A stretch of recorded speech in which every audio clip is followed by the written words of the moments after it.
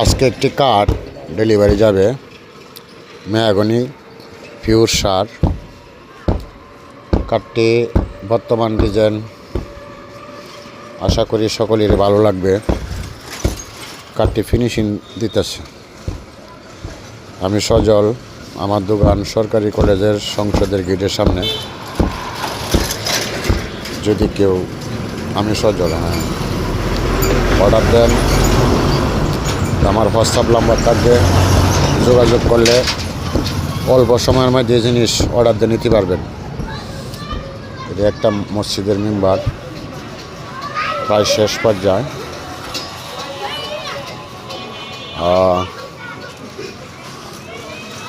যাই হোক, আর কাঠ শুকনা কাঠি সবসময় তাহে 15-20 কেজি 30 কেজি। আসবেন।